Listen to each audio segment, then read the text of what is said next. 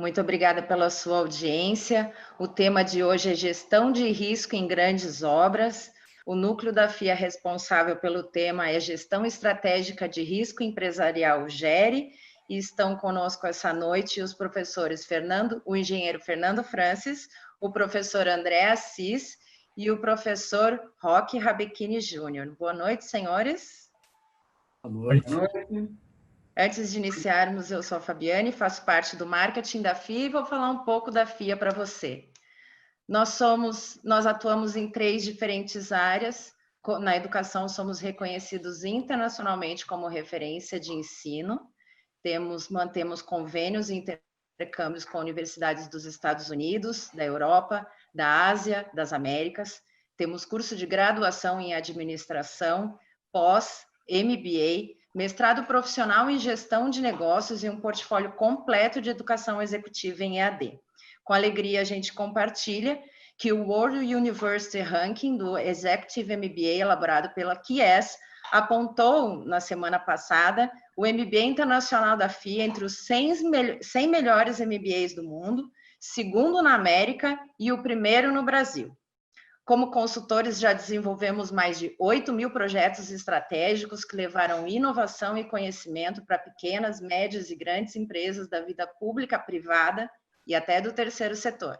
Como pesquisadores, somos desenvolvedores do ranking do varejo, a pesquisa de índice de credibilidade da Black Friday em parceria com o IBEVAR, a FIA Employee Experience, que é as melhores empresas, as empresas mais incríveis para se trabalhar, e as empresas mais em parceria com o Estadão.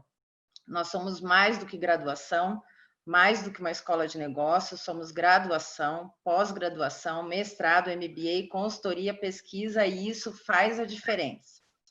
O mediador dessa noite é o professor Dr. Roque Rabechini, é especialista em gestão de projetos e gestão de riscos, consultor de empresas com atuação em implantação de escritórios de projetos, criação de metodologia de gerenciamento de projetos e gestão de riscos, é diretor da consultoria Rabechini, pós-doutorado e mestrado em administração pela FEA-USP, doutorado em engenharia de produção pela Poli-USP, professor do programa de pós-graduação em gestão de projetos na Universidade 9 de Julho, professor da FIA, professor da Exam Business School, Lima, Peru, autor dos livros de gestão de riscos de empreendimentos complexos,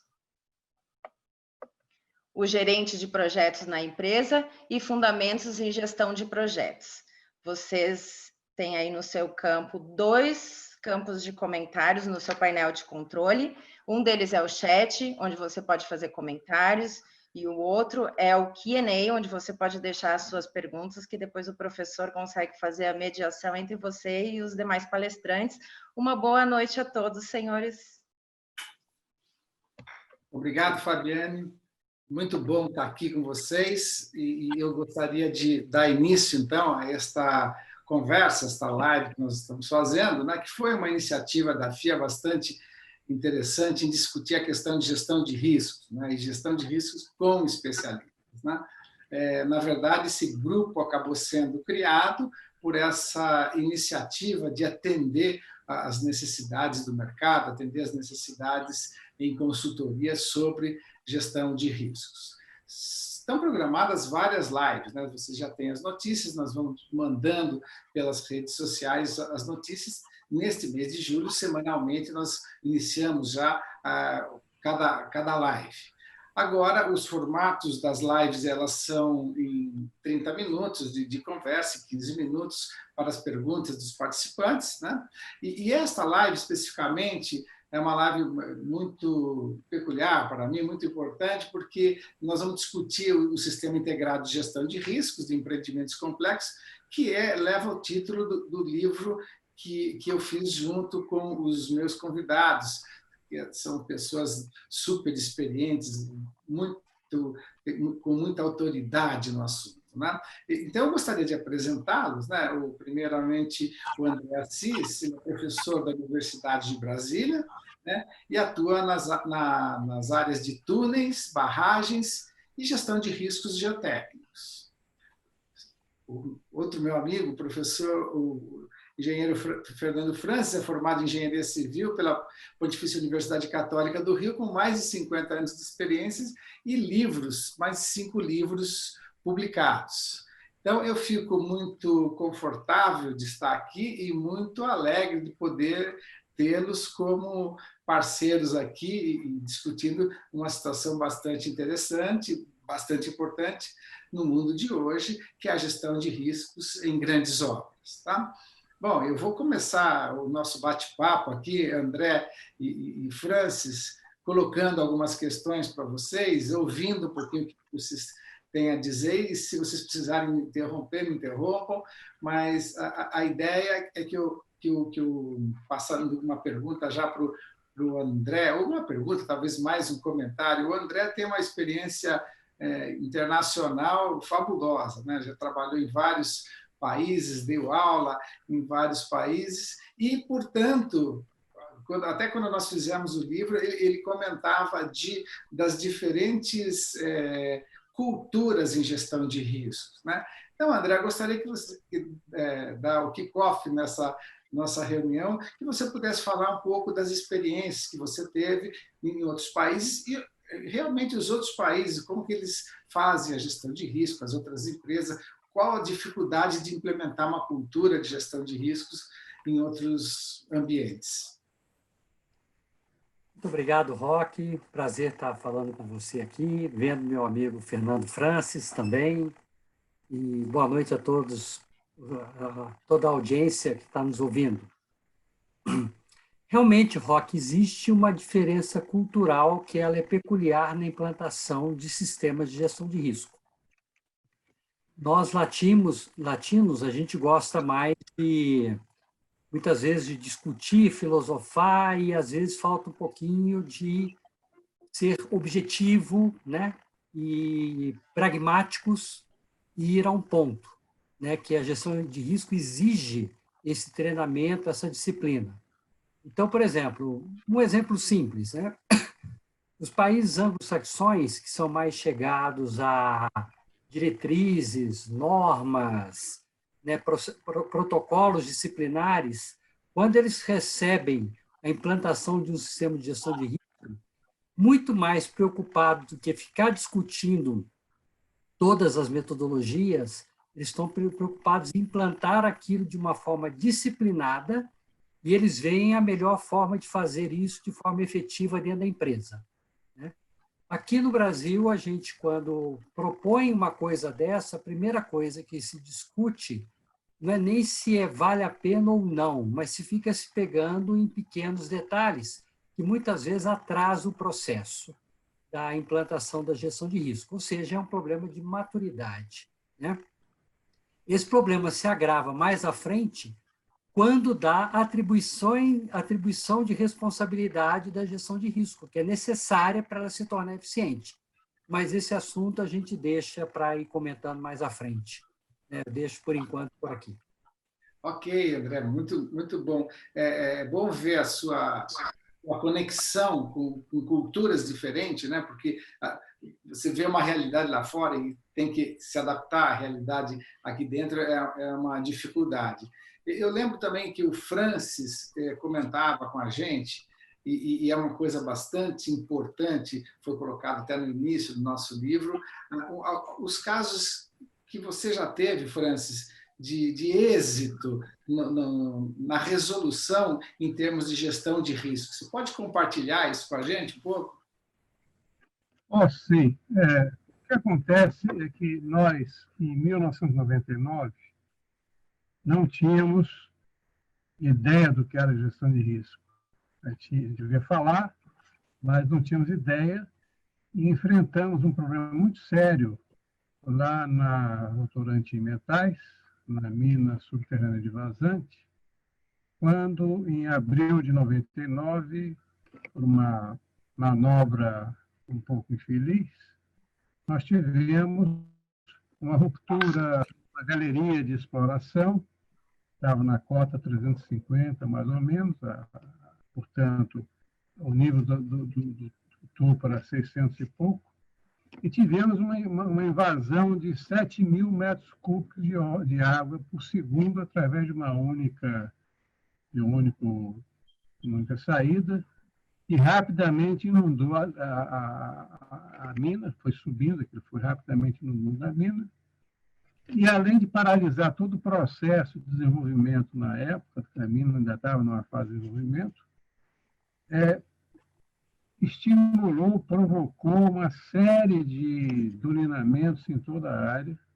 Durinamentos são afundamentos do terreno, e isso criou um pânico geral. E, passadas as primeiras 24 horas, todo mundo sentou a poeira e resolveu, bom, vamos enfrentar o problema. Então, levamos aproximadamente, para enfrentar o problema sem paralisar as atividades da mineração, né, da lavra, nós criamos, então, uma equipe de acompanhamento de todos os sintomas em todas as áreas críticas, para tomar providências de salvamento, assim que fosse necessário.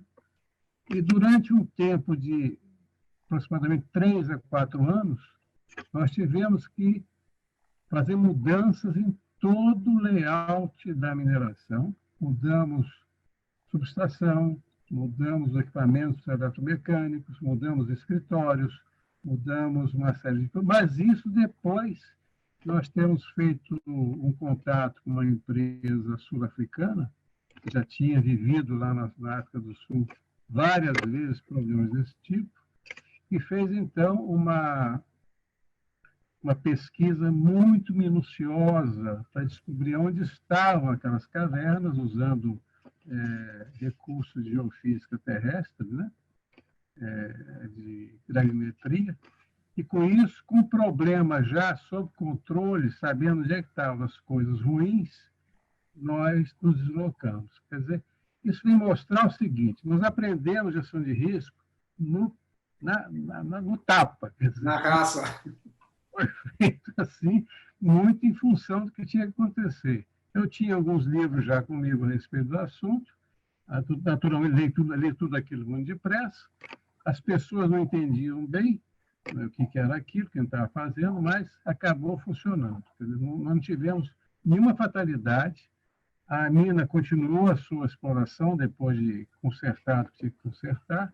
Então, eu acredito que gestão de risco é uma coisa realmente muito bem feita, muito bem orientada, que pode, inclusive, permitir, como foi esse caso, que mesmo ainda sem estar com todas as medidas efetivar no sentido de garantir a total tranquilidade para a empresa, a gente conseguiu não paralisar os trabalhos de desenvolvimento da mina e até o início da lavra. Quer dizer, a operação continuou, né?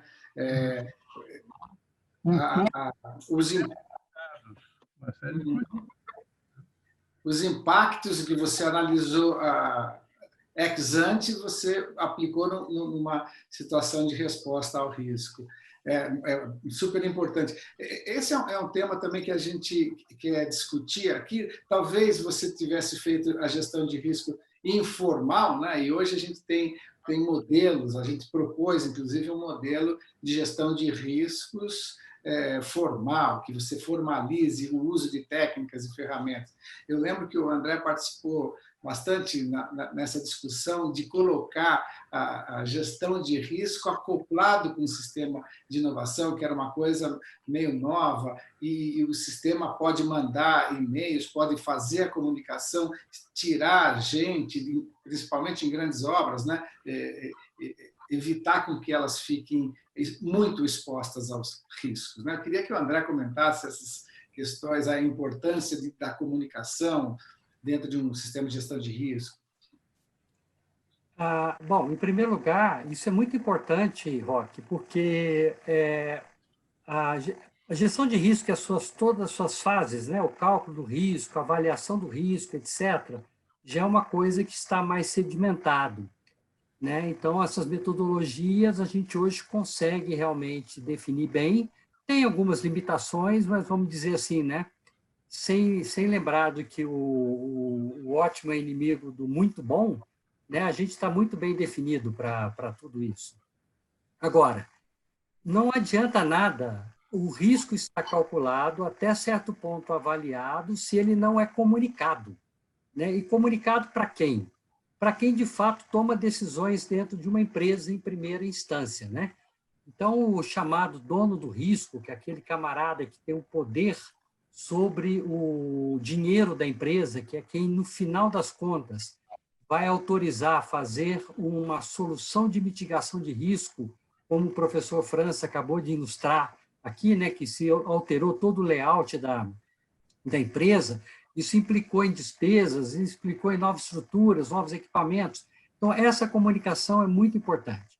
Então, ela tem que ser, o sistema de comunicação, dependendo do nível de risco com que nós estamos falando, ele automaticamente, isso é a visão que nós compartilhamos, isso para evitar a má interferência de alguém que queira colocar o risco dentro da gaveta, né, e não comunicá-lo mais, né? Então, a gente defende que tenha que ter um sistema de TI que automaticamente comunica o risco para os diversos níveis hierárquicos dentro da empresa, é claro que de acordo com o nível do risco. Né?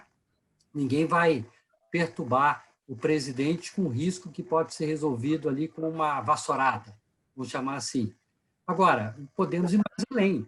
Dentro de uma sociedade que é madura em gestão de risco, onde o risco das suas estruturas é comunicado de forma transparente para todos os interessados, né, os stakeholders, e a própria sociedade, a população que pode ser afetada por aquele risco, nós podemos até evoluir onde esse sistema, em casos extremos, né, para não sofrer atraso de comunicação no caso de emergência, ele pode ser comunicado para as autoridades de defesa civil e as autoridades que realmente tomam decisões perante a uma situação de emergência.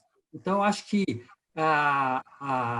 o módulo gestão da comunicação ele é tão importante para a eficiência de um sistema de risco como o módulo de gestão do próprio risco.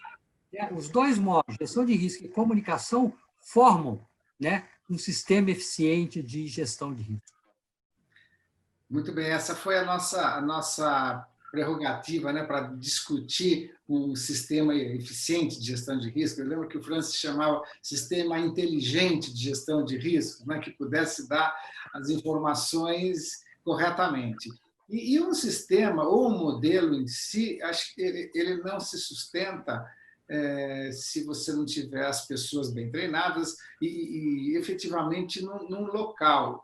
Eu lembro também que o Francis contribuiu bastante para a formação de um escritório de gestão de riscos. Né? Como é que é o funcionamento disso? Como é que é a ligação hierárquica que você acha adequado, Francis, sobre um centro de gestão de risco, que é diferente de um centro de crise. Né? Você monta um centro de crise para resolver um determinado momento e sai.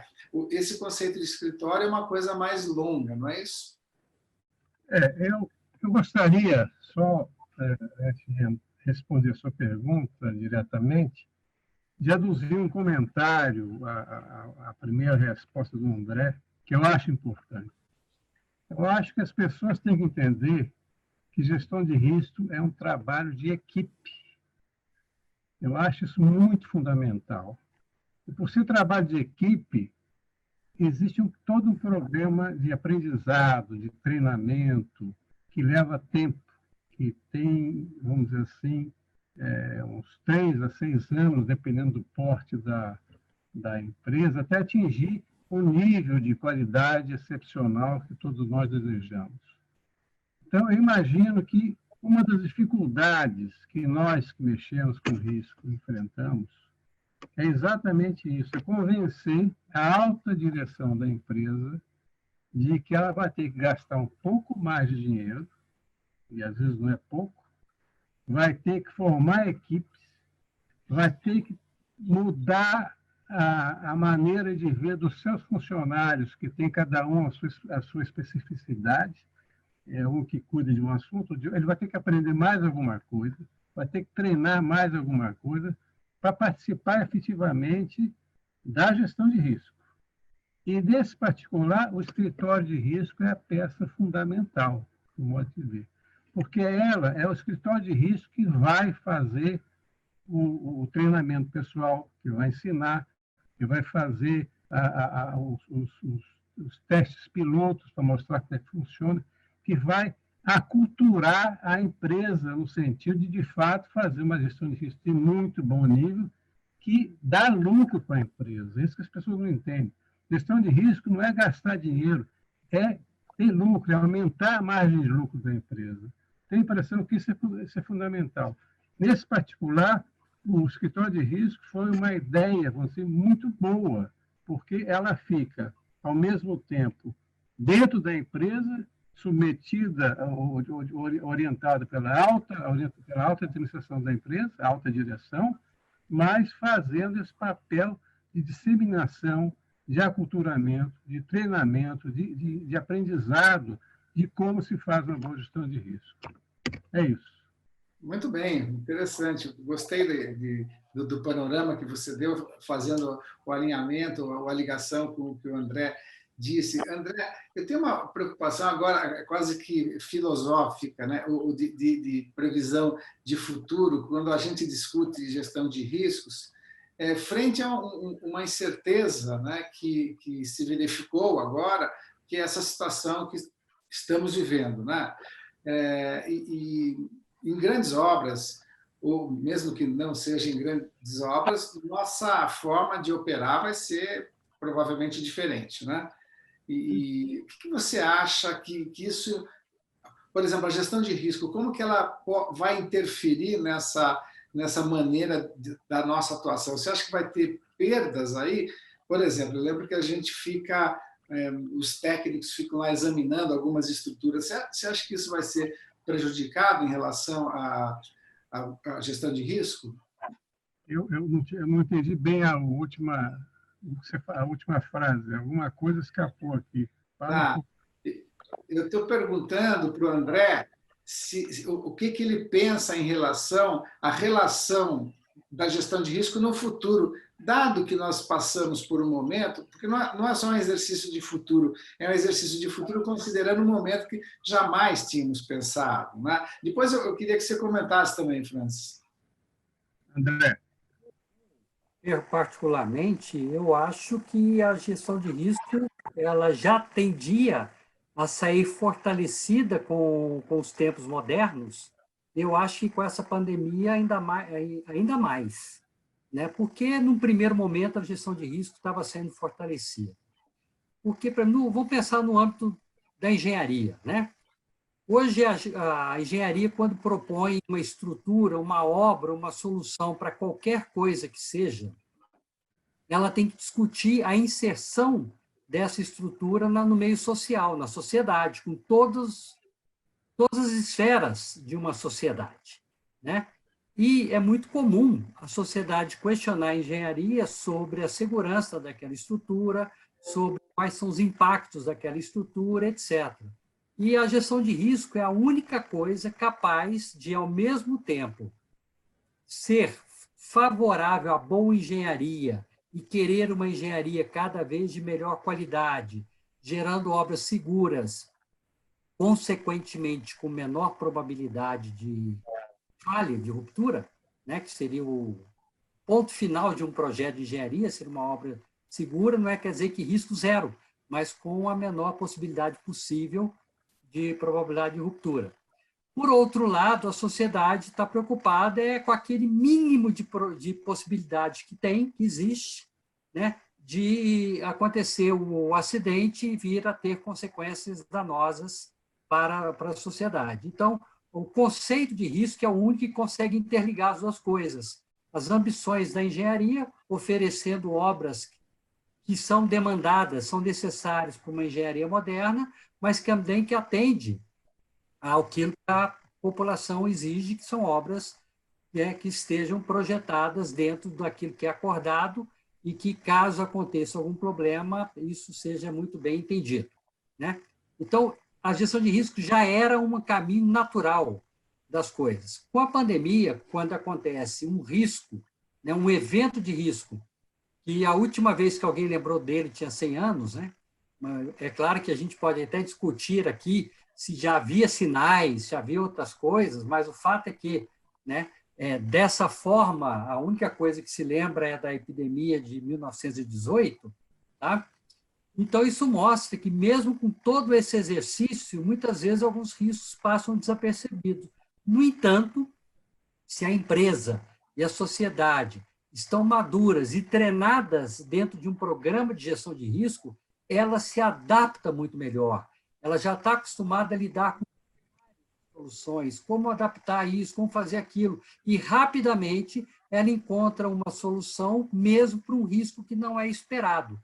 Então, é dessa forma que eu vejo que a gestão de risco vai sair duplamente fortalecida, não só do ponto da engenharia, que é a minha área, mas também do impacto da pandemia na sociedade. A gente observa que tem cidades, mesmo países, que têm esses protocolos que obedecem e que se estão aculturados, né? Eles estão aculturados para responder a um possível impacto, e outros que são completamente, entre parênteses, ignorantes do que pode acontecer. Então, você abre os jornais, né? Abre os jornais e vê países com um comportamento diferente em relação à gestão de riscos. Legal. Para o Francis, eu gostaria de também fazer a mesma pergunta, assim, o mesmo que você pudesse comentar, que eu me lembro que nós conversamos, acho que no início do ano, e começamos a falar assim, você viu o que está acontecendo em janeiro, né? É uma pandemia que está correndo o mundo, e eu lembro que você me falou, e isso aí nem dá para pensar. E agora, Francis, você fez um exercício já de pensar nisso com os óculos da gestão de risco? Olha, eu realmente fiquei com dificuldade, porque o mundo não estava preparado para essas coisas. Quer dizer, apesar de a gente aprender as coisas ao longo dos anos, mas como uma pandemia é um negócio que acontece a cada 50, 30, 60 anos, 70, a memória acaba sendo perdida, né? Eu imagino que sim, Mas eu não vi até agora, eu tenho acompanhado alguns sites especializados em tratamentos de dados, etc. Eu não vi até agora, nos sites que eu olhei, nenhum viés no sentido de como fazer uma gestão de risco de pandemias. Realmente, há até uma certa, eu não diria nem desconhecimento, pode ser até desconhecimento, mas os sites que eu acompanhei não falam em gestão de risco. São dois sites, um da Universidade de Oxford, que devia saber, porque lá eles fazem gestão de risco, e outro do Hospital Hopkins, nos Estados Unidos. Então, eu fico meio em dúvida, quer dizer, o pessoal não está... não vou nem falar aqui no Brasil, porque aí a coisa fica difícil, até de comentar. Mas eu gostaria de ouvir do André. O André é uma pessoa que viajou, ele conhece, tem muito mais experiência internacional do que a gente. Se ele pudesse ver como é que ele encara isso em relação à pandemia. Ele acabou de falar, gostaria que ele comentasse um pouco mais a respeito. Um comentário simples, eu não diria que seria uma gestão de risco aplicada à pandemia num contexto integral, mas a gente vê, vamos dizer assim, ações decorrentes, né, de sociedades que estão acostumadas com a gestão.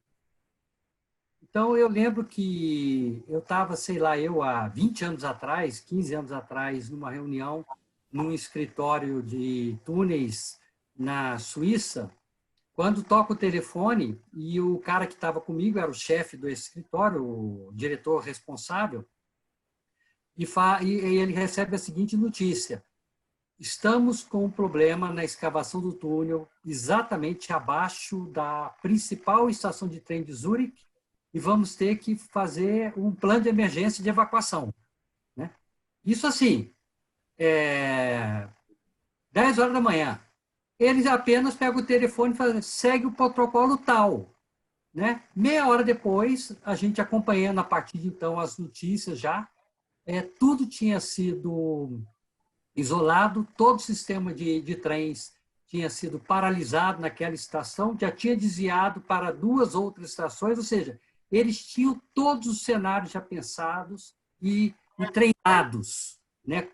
Entre eles, técnico, entre os operadores ferroviários e entre a população. A população se afastou a 500 metros da estação sem não vi nenhuma reclamação, absolutamente nada, uma disciplina perfeita, típica de suíço, né? Então, agora, o que aconteceu? Vocês vão lembrar que a Suíça sofreu números terríveis com o início da pandemia, né? Com o índice de mortalidade por habitante, né, dos mais altos da Europa, né? E nos primeiros dias, diante de um evento de risco, né, que não foi previsto, foi esquecido, como o Francis falou, eles viram aquilo crescer muito rapidamente. No entanto, não sei o que eles fizeram exatamente, mas, no entanto, muito rapidamente eles conseguiram controlar usando os mesmos cenários, usando a disciplina do seu povo, treinado para esse tipo de reação, e eles controlaram, e foi o primeiro país da Europa a abrir tudo. E ninguém escuta falar que os números estão subindo, etc. Né? Outro exemplo de um país que, ao meu ver, controlou muito bem, né, com ações mitigadoras, etc., né? Não é aquela gestão de risco ainda integral que você prevê e depois controla, mas diante do problema você controla, foi a Nova Zelândia. Né? E outros tantos, né? Aqui em Brasília mesmo, a gente começou muito bem, né? 2 meses ninguém saiu de casa, quando tinha 1, 2 mortes, quando ninguém mais aguentava ficar em casa, que eu falo assim, é a hora que o isolamento social ele é vencido, ou pelos aspectos psicológicos da população, porque ele não foi treinado para ficar isolado, ou pela necessidade de trabalhar, que é o caso muito do nosso povo brasileiro, se perdeu o controle e hoje nós estamos com números aí, não chegaram ainda a percentuais quanto na Espanha ou na Itália, mas já estamos na metade dos índices de casos e mortes por habitante, vamos chamar assim. Né? Então, assim, acho que esses são exemplos que dá para a gente notar que quem está treinado, né, nos aspectos de gestão de risco consegue, de uma hora para outra, enfrentar o problema e se controlar de forma melhor. Muito bom. Uma das coisas que eu estava pensando aqui, que é muito parecido com as grandes obras, principalmente vocês que trabalham com o Francis hidrogeologia, André com geotecnia, que as probabilidades de ocorrência são muito baixas, né? São muito baixas.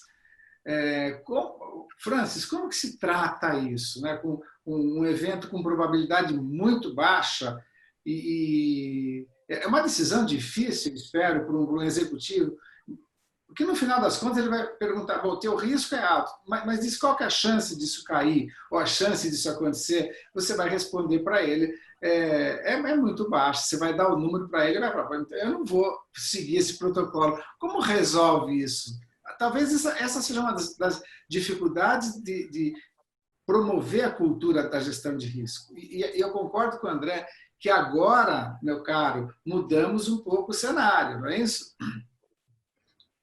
Bom, é o seguinte, o que se faz, na realidade, é tratar do assunto empiricamente. Ou seja, nós temos dados estatísticos que permitiram calcular, por exemplo, na faixa de 0,00007 vezes 1 até 0,003 vezes 1, quer dizer, probabilidades desse tipo, o que ocorre em relação a acidentes fatais em diferentes tipos de obra, diferentes tipos de empreendimento, diferentes coisas que nós fazemos, andar de automóvel, andar de avião.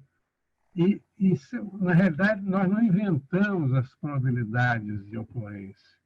Nós tiramos essas probabilidades, vamos dizer assim, do registro de dados que nós temos, o histórico de dados do que acontece no mundo ao longo de 100 anos, 200 anos, por exemplo.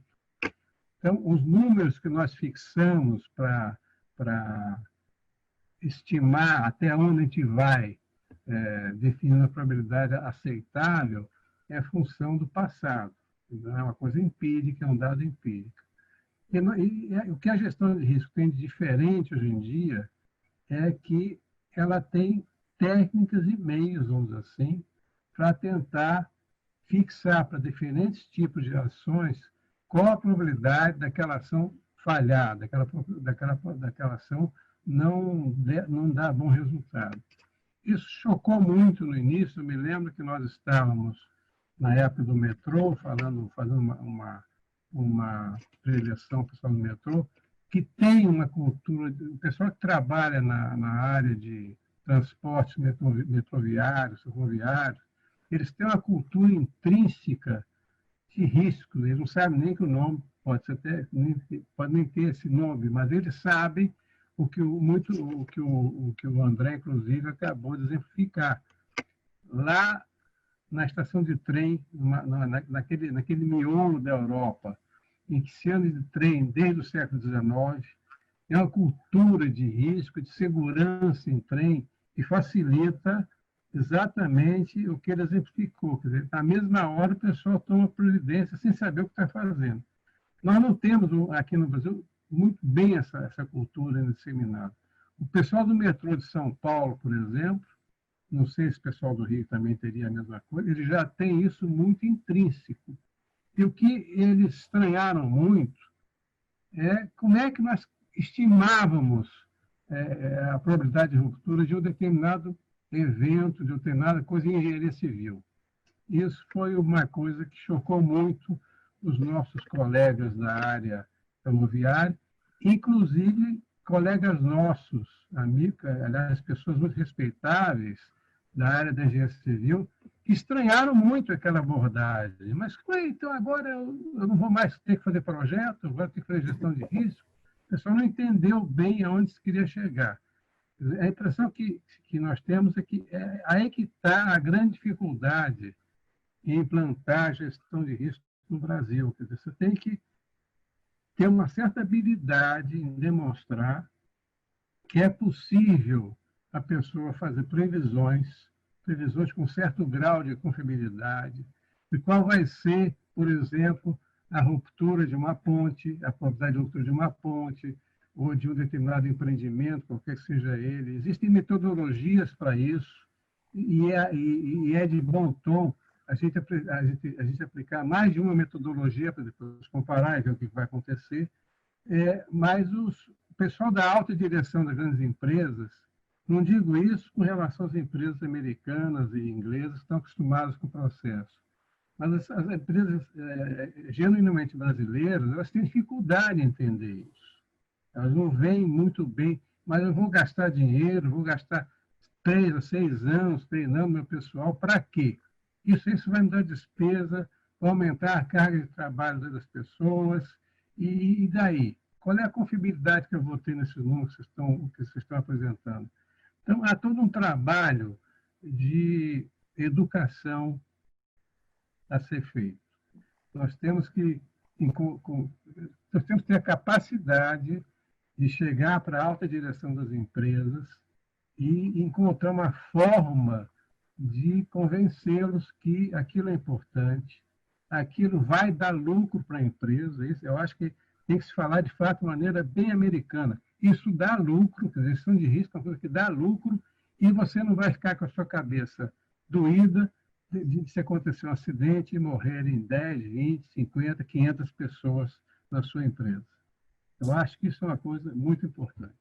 Essa visão eu me preocupo muito, a gente discute muito isso, mas será que precisa de tudo isso, né? De banalizar um pouco a gestão de risco? É muito esforço para fazer, isso é só para grandes obras. Será que o que a gente está falando aqui realmente só aplica a grandes obras, ou isso pode ser transportado para outro tipo de projeto ou de empreendimento? O que você acha disso, André? Como é que você vê a gestão de riscos, não só aplicado... É claro que nós estamos falando de grandes obras, mas isso interessa só para grandes obras? Eu vejo um movimento da gestão de projetos, por exemplo, tendo algumas migrações, né? Começa com grandes obras, depois as outras empresas acabam absorvendo a cultura, achando interessante e aplicando depois os seus resultados começam a melhorar. E com risco, acho que é isso que a gente pensa, né? Como é que você vê isso e que se possa ser utilizado em outras áreas, André? Em primeiro lugar, a gestão de risco como uma forma, né, complementar, adicional de trazer novas informações para a engenharia de forma geral. E a engenharia, a gente pode pensar que todos os produtos tecnológicos são fruto de algum tipo de engenharia, né? O próprio conceito já é muito importante. E esse conceito ele traz uma informação revolucionária dentro da chamada engenharia tradicional. Porque, além daqueles chamados critérios de segurança que a gente usa em todo tipo de engenharia tradicional, ele traz um conceito que é, olha, mesmo assim, mesmo que você esteja projetando uma obra com um certo critério de segurança, essa obra tem uma probabilidade de falha. Sim. Tá? Então, isso é uma informação revolucionária, né? Ele quebra o paradigma da engenharia exata, aquela engenharia que foi passada para nós, engenheiros, e para todo o público, uma sociedade, que a engenharia era exata, né? E aí, diante de acidentes, diante de impactos, prejuízos, etc., se questiona, então, né, se a engenharia é mal feita ou não. Não, às vezes ela foi até bem feita. Às vezes ela tentou cobrir todos os lados, mas aconteceu aquela probabilidade de falha que pode ser tão pequena quanto aquela que o Fernando e você estavam falando agora há pouco. Mas isso, então, a gente tem que aceitar que, de vez em quando, pode acontecer uma falha e com impactos. Então, diante disso, obviamente, eu diria o seguinte: a análise de risco ela inicia de forma muito fácil de ser convencida, né? Aí o termo fácil, entre aspas, porque o Fernando já disse que não é fácil coisa nenhuma, né, de convencer as pessoas, né? Mas é mais fácil aquelas obras que têm maior impacto. Se elas acontecerem uma ruptura, a coisa é tremenda. Então, tanto é que, modernamente, a gestão de risco começou com as usinas nucleares, né, onde o cara vira um benefício muito grande, mas se acontecesse o acidente, veja o que ia acontecer. A mesma coisa se aplica à aviação. Que coisa mais terrível do que pensar na aviação do ponto de vista de consequência da falha? Não tem nenhum sobrevivente, né? Então, quer dizer, somos nós irresponsáveis de autorizar um avião a decolar, sabendo que, se ele romper, ele vai morrer 200 pessoas? Irão morrer 200 pessoas? Por que a gente autoriza? Porque a engenharia calculou uma probabilidade de falha que é adequada para aquele impacto. Então, toda a sociedade aceita, né, essa obra, né, essa estrutura de engenharia que é o avião, como uma ótima solução de transporte. Então, Roque, eu acho que sim, né, no primeiro momento, a gestão de risco ela impacta quem tem as maiores consequências. E aí ela se torna obrigatória, né, mandatória e cada vez mais sofisticada. Não vamos aqui botar florzinha no cálculo do risco, não vamos fazer discussões de adjetivos, é alto, é baixo, nada disso vale. Eu tenho que realmente partir para cima de uma quantificação de riscos, seja ele da probabilidade, das consequências e, como a gente defende, da monetização de tudo isso, né? Agora, em estruturas menores, ou quando eu estou fazendo uma avaliação preliminar, ou quando os meus riscos são mais insignificantes no nível da consequência, eu posso trabalhar com métodos mais simplificados, são chamados métodos qualitativos de gestão de risco, mas é gestão de risco. Tá? Ou seguindo uma filosofia de gestão de risco. Não deixa de ser. O que a gente hoje sugere podemos começar de uma forma um pouquinho mais tranquilo para criar maturidade, sim, mas não podemos ficar só naquilo se aquela obra requer um tratamento mais detalhado, mais específico, em função das suas consequências. E aí eu vou aprofundando os meus métodos de gestão de risco. Exato, eu lembro disso que acho que teve, quando a gente dava consultoria juntos, né, nas épocas de consultoria, a gente saímos com essa prerrogativa, né? Ou seja, se for para fazer, vamos fazer com quantificação, né? Se for para fazer, já vamos pensar nos métodos mais sofisticados e investir nisso que é uma forma bastante correta. Eu lembro que o termo monetização o Francis usava bastante, né? E tem essa preocupação. Francis, você concorda com o André nisso? Concordo. O André tem toda a razão. Tá? A coisa o exemplo do avião é muito feliz, né? Porque a cultura dessas empresas acaba passando para a gente e você viaja porque você crê que a probabilidade é muito baixa de cair, senão você não viajaria. Só que você não pensa isso, mas você está fazendo a gestão de risco, né? André tem toda a razão. Inclusive, é muito comum você fazer gestão de risco para hospitais, para escolas, quer dizer, são gestões de risco, vamos dizer assim, mais leves, que podem ser feitas com métodos menos sofisticados, embora sempre, no meu modo de ver, tenham que ser quantificados. Tá? Então, a sua pergunta com os comentários do André, eu estou juntando aqui para mostrar que mesmo em obras pequenas, em instalações pequenas, em pequenas indústrias, cabe fazer gestão de risco. Ela não vai custar tanto quanto uma grande obra, ela vai ser feita de uma maneira semi-qualitativa, semi-quantitativa, e vai dar bons resultados. Eu não tenho a menor dúvida quanto a isso. Tá? Agora,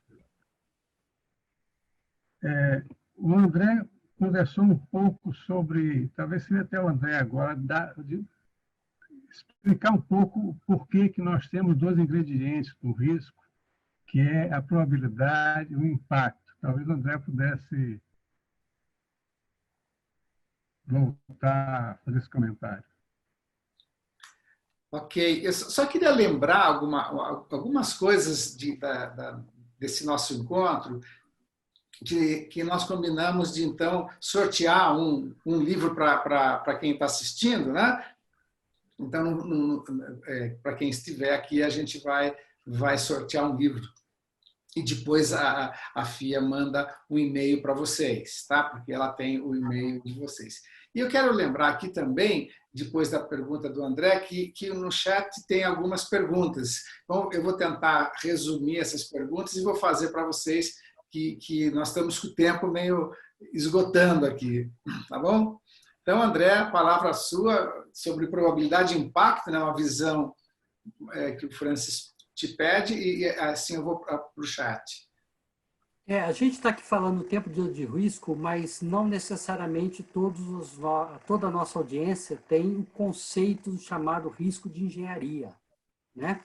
Porque a palavra risco, numa linguajar coloquial, ele se confunde com probabilidade, com chance de. Tanto é que é comum eu virar para um amigo e falar assim, vamos sair de moto? Aí ele fala, mas qual é o risco de chover? O que ele está me perguntando é qual a probabilidade de chover. E aquilo não é o risco de engenharia, né?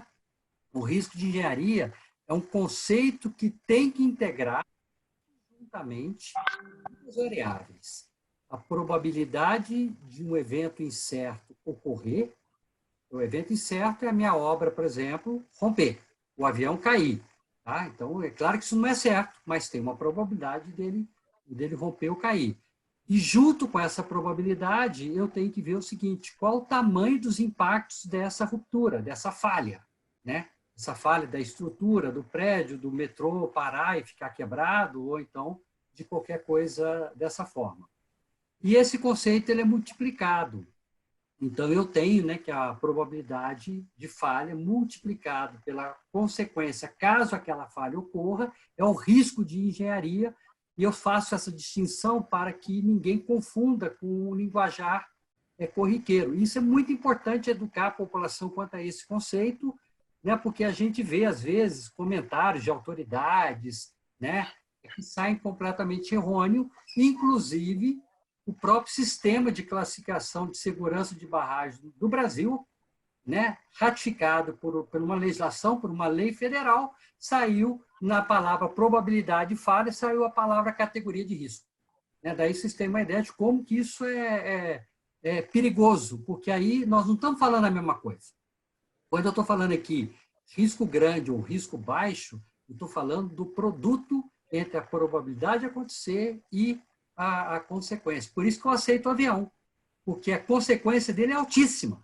É morrer 200 pessoas. Mas a probabilidade de um avião cair né, entre pouso e decolagem, a chance de um avião cair está em torno de 10 a menos 7. Né? Ou seja, para 10 milhões, a cada 10 milhões de pousos e decolagens, eu tenho uma falha de um avião cair, que aí, então, eu tenho a probabilidade de fatalidade de uma pessoa, né? Dividindo isso por 200 ou por 100, que seja. Então, eu aceito porque eu uso essa probabilidade. Né? Veja bem, no caso dos carros, no Brasil, a chance de eu ter uma fatalidade de um carro é 1 para 5.000.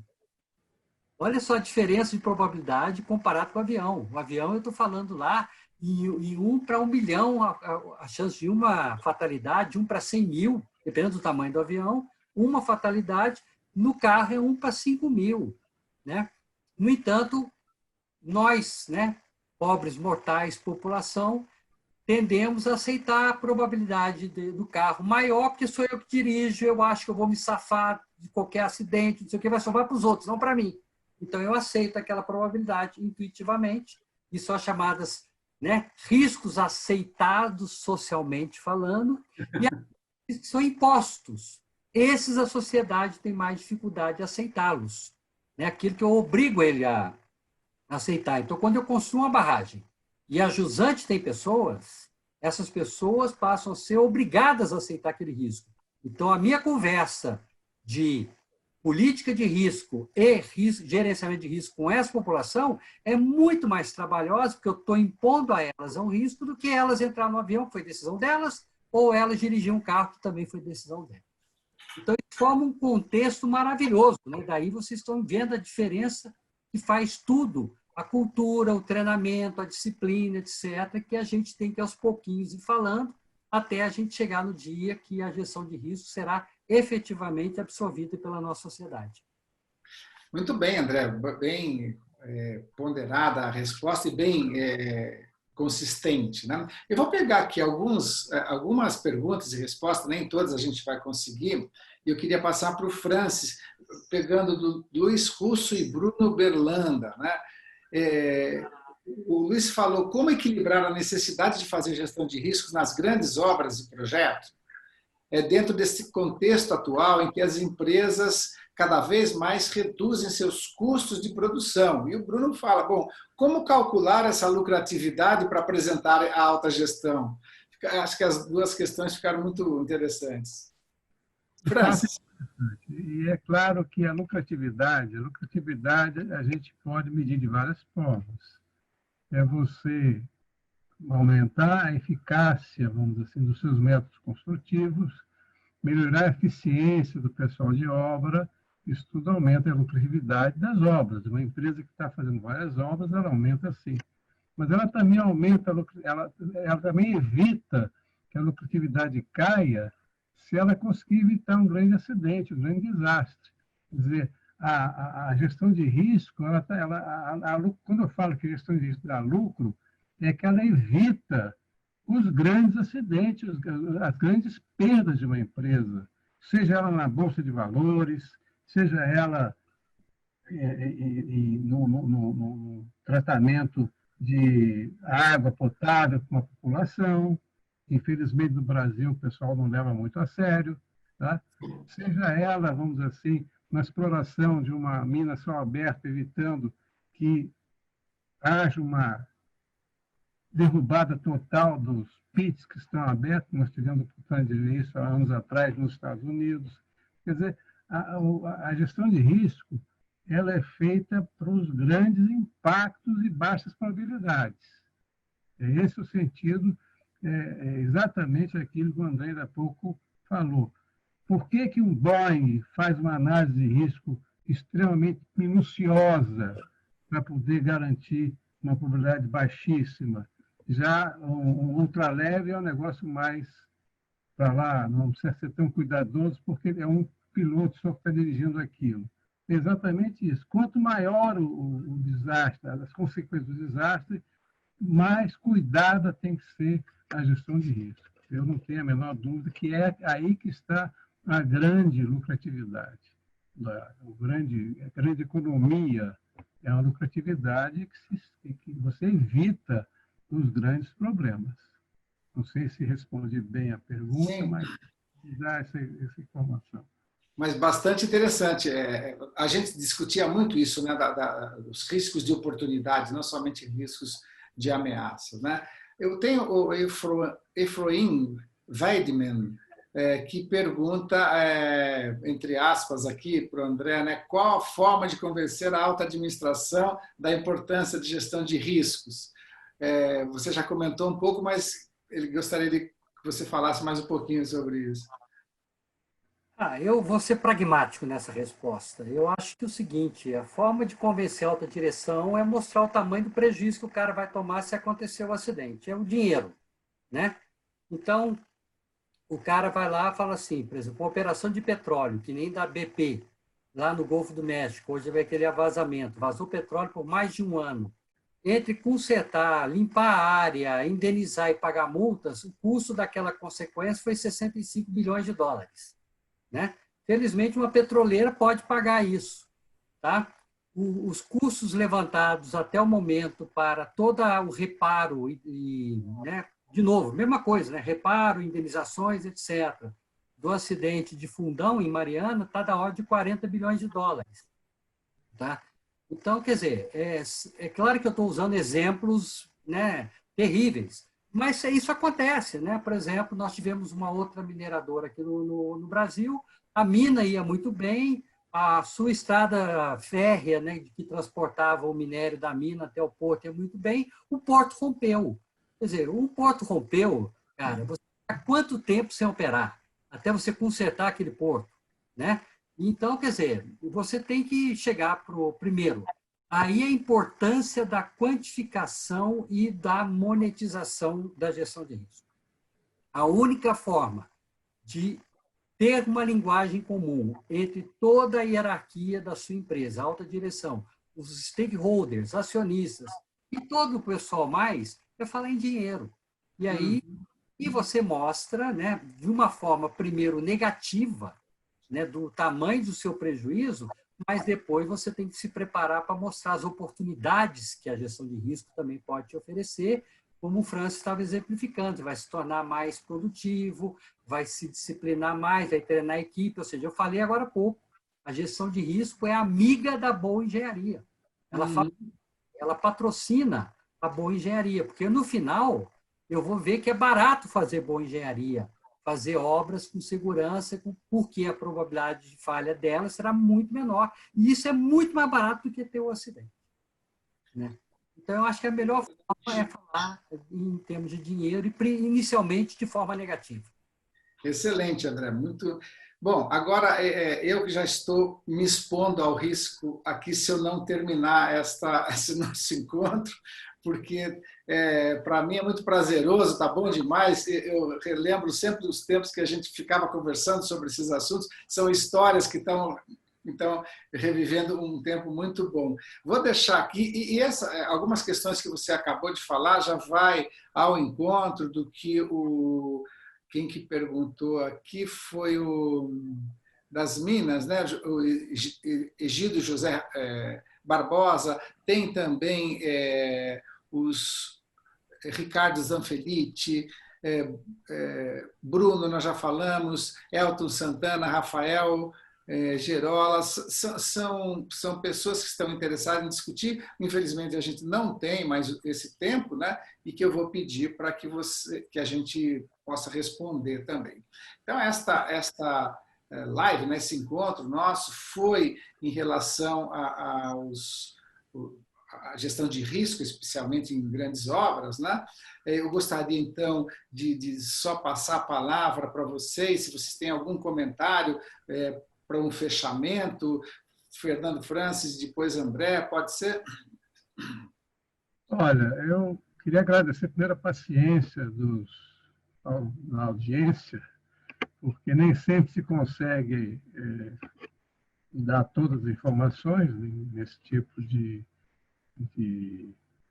interação, mas nós estamos aí, pessoalmente, eventualmente, podendo atendê-los através do nosso mediador. Qualquer pergunta que te faça por escrito, se você quiser, se nos encaminha, nós teremos o máximo prazer em responder por escrito, eventualmente. Agradeço a todos, agradeço a você, Agradeço a FIA, a Fabiana, o pessoal todo que fez com que isso se tornasse uma realidade, apesar do nosso pouco treino nesse sentido. Muito obrigado. Muito excelente, Francis. Obrigado pela sua amizade, por compartilhar com a gente tão importante tema. André. Eu vou falar duas coisas, né? Primeiro é que a gestão de risco ela não é uma ciência exata, né? Obviamente ela parte do cálculo de probabilidades, então nada disso pode ser considerado exato, mas comparado com a forma tradicional de pensar uma estrutura dentro da sociedade de forma exata, precisa, que a gente chama de determinístico, eu lembro uma frase, né? Vou parafrasear o Warren Barron, e do mercado financeiro ele fala que é preferível aproximações resultantes de um processo probabilístico do que um resultado exato, mas certamente errado, né? Acho que a gente tem que realmente saber que tem aproximações, mas no final o resultado é muito melhor do que a gente pensar de que aqueles resultados da gestão de risco, que não são alternativos da engenharia tradicional, são exatos, né? Então, com isso, eu fecho dizendo que eu acho que a gestão de risco é o futuro.